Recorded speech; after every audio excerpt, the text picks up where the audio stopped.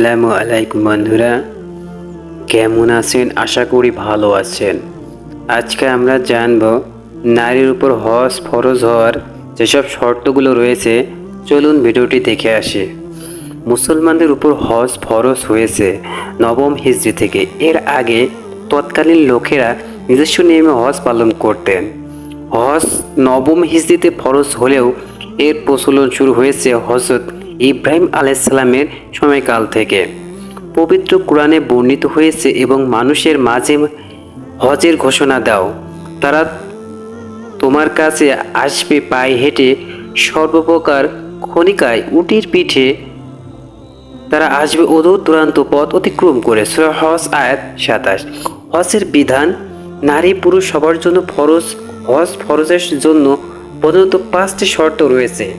এই শর্তগুলো কারোর মাঝে পাওয়া গেলে তার জন্য হজ ফরজ।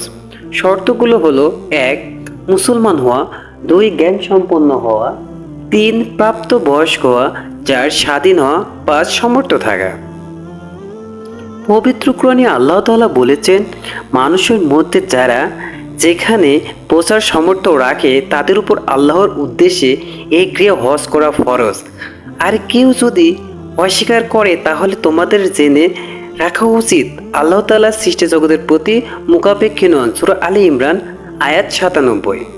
তবে নারী পুরুষে হজ ফরজ হওয়ার শর্তে মাঝে সামান্য কিছু পার্থক্য রয়েছে। নারীদের ক্ষেত্রে পার্থক্যকারী বিধানটি হলো অন্য সব শর্তের সঙ্গে মাহরম থাকা। ইসলামী আইন ফিকাহশাস্ত্রবিদদের মতে পুরুষদের মতো আর্থিক ও শারীরিক ও সামর্থ্যবান হলে নারীর উপর হজ ফরজ হয় না, বরং নারীর জন্য কিছু অতিরিক্ত শর্ত পূরণ হওয়া জরুরি। আর তা হলো হজের সফরে নারীর সঙ্গে স্বামী বা মাহরম থাকা। মাহরম ছাড়া নারীদের হজ গমন শরীয়তের দৃষ্টিতে জায়েজ নয়। তে সহজ মাকরুর সঙ্গে আদায় হয়ে গেলেও মহিলা গুনাহগার হবে। হজ পালনে নারীদের বিশেষ কিছু বিধিবিধানগুলো এখানে তুলে ধরা হলো।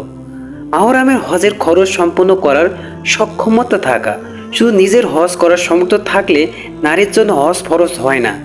তবে মাহরম যদি ফরজ করতে চায় সেক্ষেত্রে তার সঙ্গে গেলে খরচ দেওয়ার প্রয়োজন হবে না। তালাকপ্রাপ্ত বিধবা হলে পরবর্তী ৩ মাস ইদ্যত পূর্ণ করা। বিবাহিত নারীর ফরজ হজের জন্য স্বামীর অনুমতি নেওয়া বাধ্যতামূলক নয়, তবে অনুমতি নেওয়া মুস্তাহাব। স্বামী যদি স্ত্রীর হজে যাবতীয় খরচ বহনের সক্ষমতা অর্জন করেন তো স্ত্রীর উপর হজ ফরজ হয় না। স্ত্রী যদি নিজ মালিকানায় হজ ফরজ হওয়ার মতো সম্পদ থাকে তাহলে নারীর উপর হজ ফরজ হবে। তবে স্বামীর যদি স্ত্রীর হজের সকল ব্যয়ভার বহন করে স্ত্রীকে হজ করেন, এতে স্ত্রীর হজের ফরজিয়াত শেষ হয়ে যাবে। নারীরা অন্য নারীর সঙ্গে মিশে হজ করতে পারবে না। টাকার ব্যবস্থা থাকার পরও উপযুক্ত মাহরম না থাকার হজ করতে না পারলে বদলি হজের ওসিয়ত করে যাবে। মৃত্যুর পর তার সম্পদের 1/3 দ্বারা তা আদায় করা হবে। আর নারী উমরার ক্ষেত্রেও এই শর্তগুলো প্রযোজ্য। আসসালামু আলাইকুম বন্ধুরা, ভিডিওটি ভালো লাগলে অবশ্যই শেয়ার করবেন।